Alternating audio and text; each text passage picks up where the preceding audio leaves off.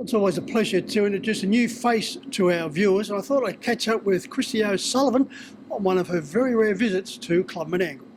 Well, Kristie, great to catch up with you. As I said, a rare trip to Menangle. Yeah, don't come up here very often. It's usually depend on the sort of horses we've got as to whether it's worth the trip up here, but hopefully a couple now that we've got will be a little bit more regular, hopefully. Yeah, you're here with probably your favourite horse, Katoa. Yeah, that's right. He's I'd have to say he's my favourite. I bred him myself out of a mare that I raced. He's a bit of a brat. He'll get away with a few things, but no, he's been a real nice little horse for me so far, so hopefully we can press on. Your involvement in racing goes back a long way. Your mum and dad met at the races. Yeah, Mum was doing it with my grandfather years ago out at Young in the Riverina. They trained a whole heap of horses and did a whole heap of premierships up around that way. And Dad actually went to Young races one night and met Mum. So from there it kicked off, and here we are, the progeny of that result, I think. Yeah. Your father John's had what you would call a pretty handy career. Yeah, he did pretty well over the years. He had a really great partnership with my grandfather, and they sort of had quite a good team around the Canberra and Riverina, like mainly Young area over the years. I think about 14 premierships all up he won. So he's had quite a good career himself, just as a bit of a hobbyist on the side of his normal job.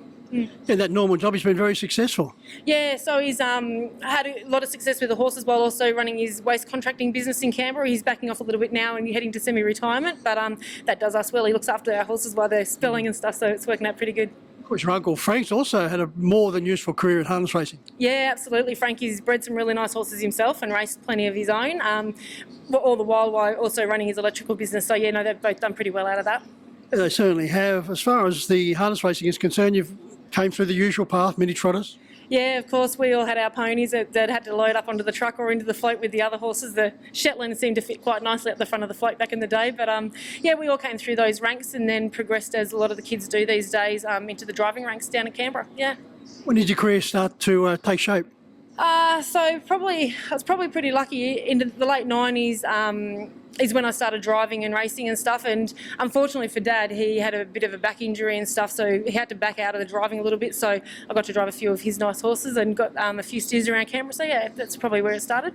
It's been a wonderful family involvement, because your sister Ricky, she has been extremely successful along with her partner in marriage, Dean St Oscars. Yeah, that's right. They've got a good thing going down there. They're out at Manton now, where I train from with them.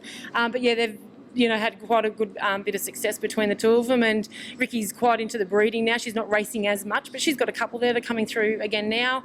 And Dean's always got a couple of handy horses. A bit quiet at the moment, but he's sort of got some young stock that he's coming back with now. Yeah. You always see Dean and Ricky very competitive Canberra meetings, along with yourself and also Wagga. Yeah, that's right. I suppose we raced at Canberra a lot previously. A lot of us would training on the track there at one stage, so it was really easy to just get over the Canberra track, and the horses suited Canberra at the time. Dean now, with his horses and with owners and things, he's heading to some of the bigger tracks and stuff. So yeah, between Canberra and Wagga and Goulburn and here is probably where we focus. You've driven over 50 winners. You're a hobby trainer. We'll get to do that a little bit shortly as far as your work outside of harness racing, but over 50 winners. Who helped shape your career outside of the family involvement? Yeah, so outside of the family, people like Billy Trembath, he's been great to me. I often ring Billy and pick his brain when I've, stuck with something or stumped or got a horse that I've had enough of. I might send it to Bill and he can have a turn. But yeah, people like Billy have been great. And there's been a lot of good people around Canberra. We've got a bit to do with the Osmonds and stuff, and they've always been handy. And just there's a whole range of people, we've grown up with in the industry, so there's a lot of them around. You put back into the industry because you've served on the committee at Canberra.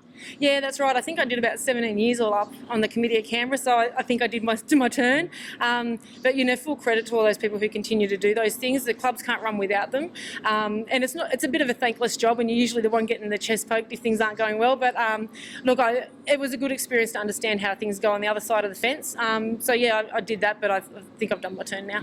Yeah. You certainly have, and gone above and beyond the call of duty there. As a hobby trainer, how many horses do you have in work?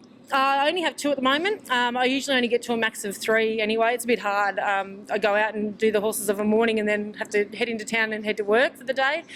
So that 3's a bit of a push. 2's a really nice number for me, but luckily with the help of Ricky and Dean, I can manage that pretty well. Yeah.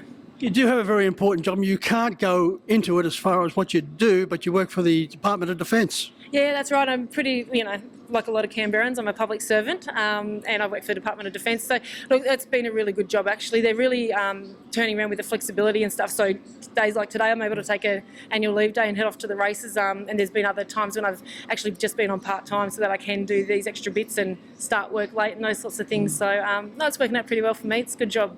Kristie, it's been great to catch up with you today, and hopefully we'll see a little bit more of you here at Menangle and hopefully in the Winner's Circle. Awesome. Thank you so much. Cheers.